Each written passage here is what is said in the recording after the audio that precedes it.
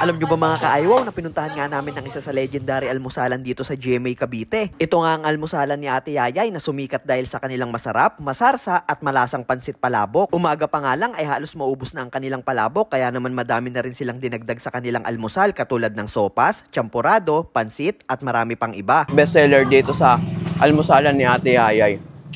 For only 25 pesos lang yung pansit palabok nila. Ganito kadami.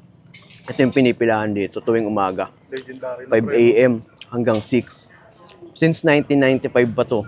Ayun. Uy, sumubay lang ako.